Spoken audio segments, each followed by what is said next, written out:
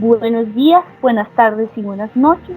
Mi nombre es Ania Miranda Ambrosio y soy estudiante de licenciatura en lenguas de quinto semestre. Bienvenidos a este nuevo capítulo del podcast de desarrollo cognitivo y estilos de aprendizaje. El día de hoy, por petición del público, hablaremos de algo muy importante que se trata de los trastornos conductuales y dificultades de aprendizaje. Sin embargo, esto no lo voy a explicar yo sola. Voy a tener una agradable y profunda conversación con nuestros dos invitados, Juan Esteban Sánchez y Laura Natalia Castañeda. Claro que sí, Ania. Buenos días a todos, buenas tardes y buenas noches, como tú lo dices. Espero todos se encuentren muy bien. El día de hoy vamos a estar conversando sobre los trastornos de conducta, trastornos conductuales, un tema muy importante en nuestra carrera, en nuestra futura profesión. Y bueno, vamos a conversar a ver qué surge de este proceso, de esta conversación que vamos a tener. En primer lugar, pues los trastornos conductuales son una serie de problemas relacionados con el comportamiento, relacionados con las emociones que se presentan pues en los niños y en los adolescentes. Pueden involucrar actitudes desafiantes o impulsivas, debido, por ejemplo, al consumo de drogas o a la actividad delictiva, digamos, más que todo se presentan en los adolescentes. Los trastornos conductuales pueden deberse o están asociados al maltrato infantil, tanto en la casa como en el colegio. El consumo de drogas, como lo venía diciendo, o el consumo de alcohol por parte de los padres de los niños. Conflictos familiares, siendo pues el anterior uno de estos. Trastornos genéticos e incluso problemas económicos. El diagnóstico, debido a estudios e investigaciones que se realizan pues en la medicina y en la psicología, se debe al género masculino entre los varones que en las mujeres. Hay mayor índice de probabilidades en el género masculino que en el femenino. Sin embargo, es difícil cuantificar la cantidad de niños que padecen este trastorno confirmado, porque pues hay estudios que no son el diagnóstico oficial. Y se debe pues a, como lo venía diciendo, actitudes que quizás desafíen el estado natural de alguna relación, de alguna interacción, porque también tiene implicaciones dentro de, de las interacciones sociales que se presentan. No solo es el comportamiento personal, sino el comportamiento también social, ¿no? Dentro de una sociedad. Se debe también pues a la desobediencia de las reglas. Creo que es uno de los elementos más importantes del trastorno conductual, del trastorno de conducta. Desobediencia a las reglas es evadir cualquier norma social o personal que pueda haber dentro de cualquier círculo, del familiar, del académico o del social, como lo venía diciendo. Es más extremo de lo que es socialmente aceptable, de lo que socialmente se acepta el trastorno, este tipo de trastornos. También podemos relacionar el trastorno de conducta con el trastorno de déficit de atención. Es muy importante esto, ¿no? Porque pues también puede ser un signo inicial de depresión o de poca atención o de algunos trastornos que pueden derivarse del mismo, pero no voy a hablar mucho, vamos a darle el paso a Natalia, que nos va a contar también algo sobre eso. Natalia. Sí, así como mencionabas, pues yo considero que es muy difícil saber cuando un niño pues tiene estos trastornos, ¿no? Y más que todo creo que esto se debe a que muchas de las cualidades pues necesarias para pues diagnosticar esto, ya como tú mencionabas, pues las actitudes desafiantes o el desobediencia de las reglas, pues son pues difíciles de definir. Y más que todo considero que mencionabas, tal vez este trastorno de conducta puede traer pues varios signos, como tú decías, depresión y pues trastornos de bipolaridad, pero también trastornos que ya tienen que ver relacionados también como con el aprendizaje, ¿no?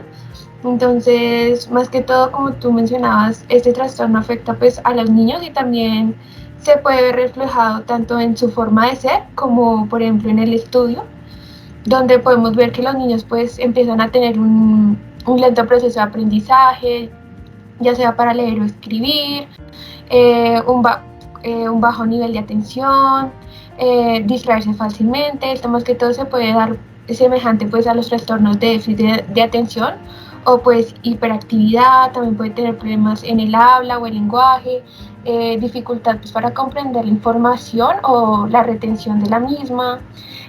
Más que todo podemos observar que los niños afectados pueden pues, presentar dificultades en las actividades que requieren pues, de una coordinación motora, pues acá podemos decir más o menos que es como la escritura, y además pueden tener una, no sé, al momento pueden tener una mala ortografía y pues al momento pues como de sostener a un lápiz lo pueden tomar de una forma bastante torpe. También hay que tener en cuenta que los niños que presentan un trastorno pues, de conducta, de aprendizaje, pueden tener problemas para pues, organizar o comenzar tareas o para pues, volver a contar como una historia en forma, o sea, secuencial. También pueden confundir símbolos matemáticos o leer mal los números.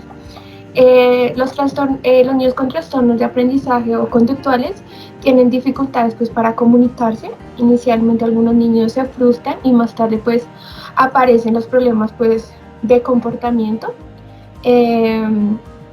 tales como distraerse fácilmente, ser hiperactivos, aislados, tímidos o agresivos. Los trastornos de aprendizaje y de conducta por lo general siempre ocurren como al mismo tiempo. Ok, súper Natalia. Ania, ¿qué piensas? Esto abarca más de lo que pensamos, ¿no? Exacto, sí, totalmente.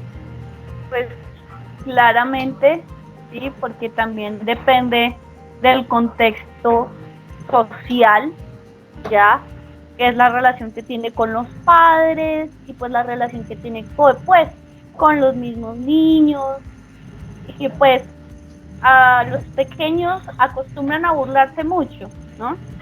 De que pues tienen problemas para identificar o pues tener una conversación con el maestro, con sus amigos, también problemas de motricidad, que pues Exacto. es un poco torpe a veces y pues se pueden burlar de él, y eso pues como a los niños los afecta muchísimo, entonces se cohíben, se encierran y pues comienza como episodios de mucha depresión. Los padres no saben qué hacer porque pues hay veces que los padres no ven estos signos hasta cuando se habla con el maestro o cuando se habla pues con la trabajadora social dentro de la escuela, ¿no? También pues sí, claro. ¿qué más? Pues igualmente pues como medidas preventivas, pues esto a veces es muy difícil de diagnosticar cuando uno solo es profesor o cuando es solo un maestro, porque digamos, no es por ofender a nadie, pero no estamos tan calificados, o pues se puede tener esa calificación, pero sin embargo se necesita más un especialista que pueda hacer un diagnóstico más fijo, tanto el psicólogo escolar y el apoyo de la familia, ¿no crees? Sí, totalmente. Claro, totalmente. Obviamente hay algunas familias que pues, mi hijo pues está demente, ¿no? Pues cuando se habla de algo de conducta, que pues se siguen quejando muchísimo, que mi hijo es muy agresivo, que mi hijo miente, y pues obviamente eso a los padres les asusta, porque pues es que este no es el hijo que yo crié, ¿sí? Sí, o sea, pero no solamente... Exacto, pero no solamente los como patrones de conducta, sino también cuando el niño posee como problemas de aprendizaje, ¿no? A veces los niños, los papás como que se sienten desilusionados de que su hijo no puede aprender igual que los demás, ¿no? Igualmente, pues... Sí, claro, eso afecta al rendimiento académico. No traumar. Exacto, sí. Pues obviamente es para no traumar al niño y que pues ya lo etiqueten de un enfermo mental, ¿no? Porque eso también es el estigma que se tiene a veces, tanto como padres, como maestros, y pues como al mismo niño como tal, que te digan, tú tienes, digamos, o sea, no eres un problema, sino que tu condición es mejor decirlo pues de esa manera, tienes una condición especial, ¿sí? Y que pues por parte de la familia también te dice, bueno, vamos a ayudarte, vamos a hacer todo lo que podamos, motivarlo, estimularlo, y digamos que hay casos muy extremos, demasiado extremos, que pues se aplica como tal una medicación. Exacto, No sé por qué ejemplo opinan acá... ustedes. No, exacto, está muy bien lo que decías, pero también he estado leyendo mucho y me he dado cuenta que existen como tratamientos pues como para solucionar este problema, y que a pesar de que, son muy exitosos, a pesar de que como tal estas enfermedades, en el caso de las de aprendizaje, pues no tienen una cura, pero pueden, gracias al tratamiento, pues obtener como, sí, más o menos como que el niño no se sienta limitado. Una mejora, sino claro, que, sí puede tener mejora. exactamente. Por ejemplo, estuve mirando acá y existen como 4 tratamientos que se pueden hacer con estos niños. Uno de esos son como las terapias psicosociales y conductuales, que más que todo se centran en enseñar a los niños pues a maximizar sus fortalezas y compensar pues sus debilidades. También otras intervenciones, como tú mencionabas, Ania, se les enseña a los niños, pues los que tienen problemas de aprendizaje, pues como a leer y a escribir, y esto más que todo lo hacen personas especializadas en el tema, tales como pues maestros o terapistas. Aquí más que todo también hay que tener en cuenta que el tratamiento no es el mismo para todos, sino también hay que enfocarse dependiendo de la dificultad que tiene cada niño. También, como tú mencionabas, existen lo que son las terapias de medicamentos, que más que todo se utilizan para mejorar los problemas de concentración o otras afectaciones tales como la depresión. Y ya por último, que era lo que más me gustaba y que es donde entramos nosotros, que es como la educación especial. Aquí más que todo se centra en que el niño debe tener pues un entorno escolar que se ajuste a las necesidades únicas de cada niño, dependiendo pues de sus problemas. Todo esto se hace pues entre la comunicación entre los docentes y pues los padres, pues para permitir que el niño pueda seguir su proceso académico de una forma pues fácil y sin dificultades. Así que más que todo esto son como los tratamientos que se están utilizando ahora y considero que son muy, muy buenos. ¿Ustedes qué creen?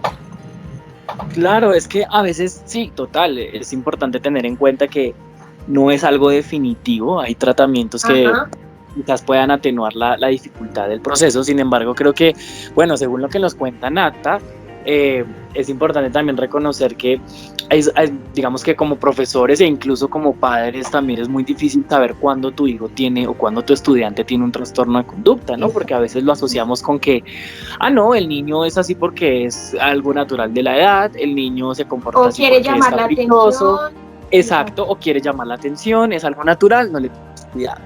Por eso llegan a la adolescencia y pierden el control de esas conductas que creíamos naturales y se convierten en un trastorno.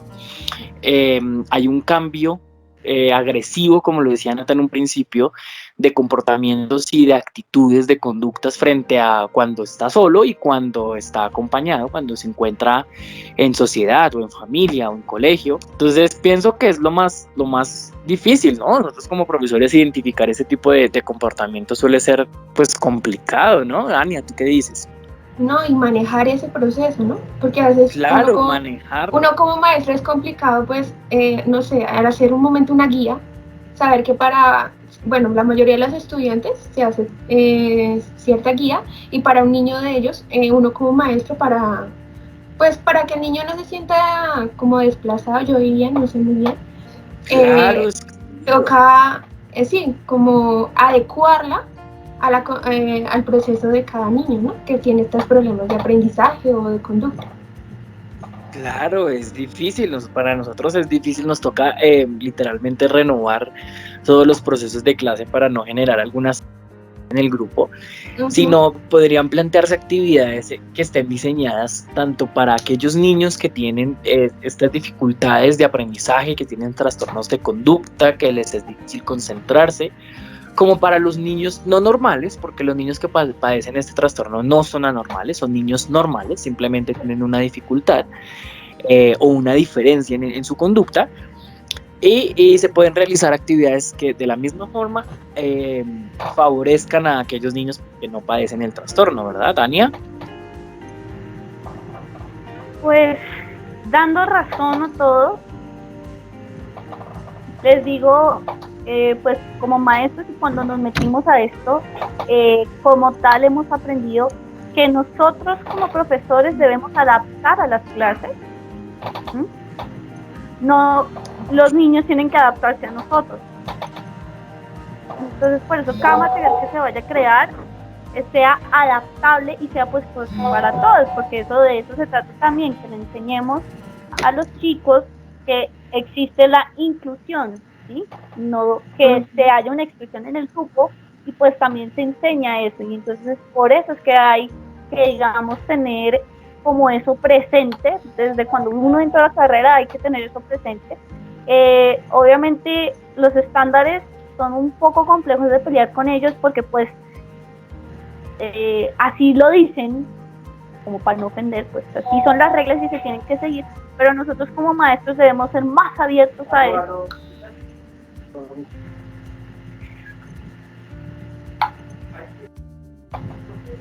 Sí, entonces sería eso, pues por más que todo.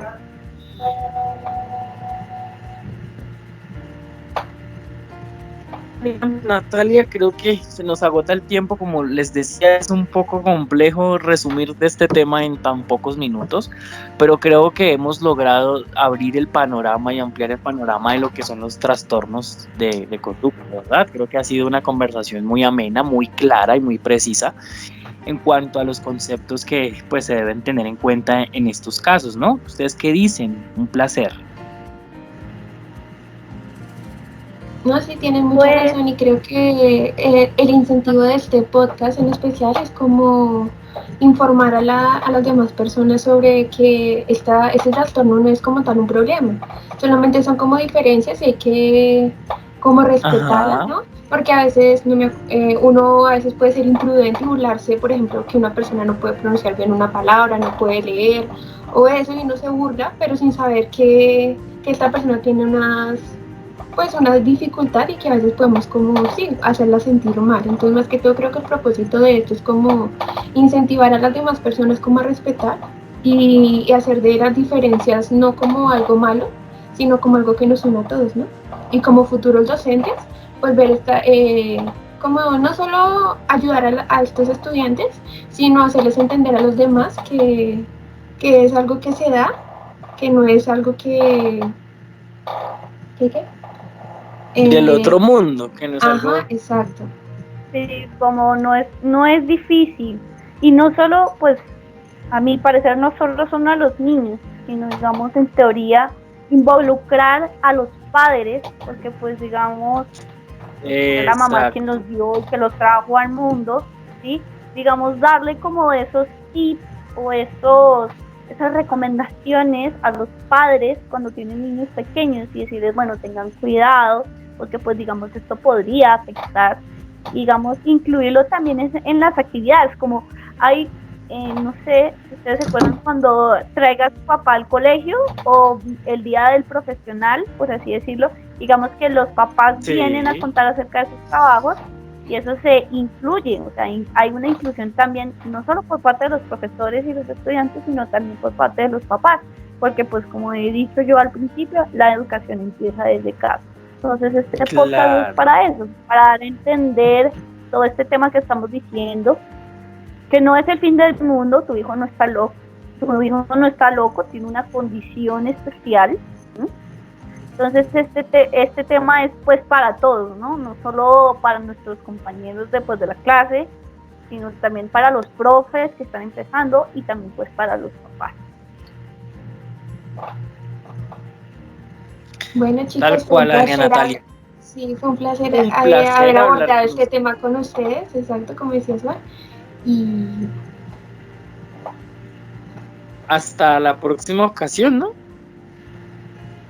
Sí, hasta la próxima ocasión, chicos. Gracias. Fue muy chévere hablar con ustedes y espero que pues esto se divulgue por todos nuestros espacios y que pues a pesar de que solo tenemos este espacio, pues que se comparta más este tipo de información. Gracias. Claro que sí, Ania, gracias.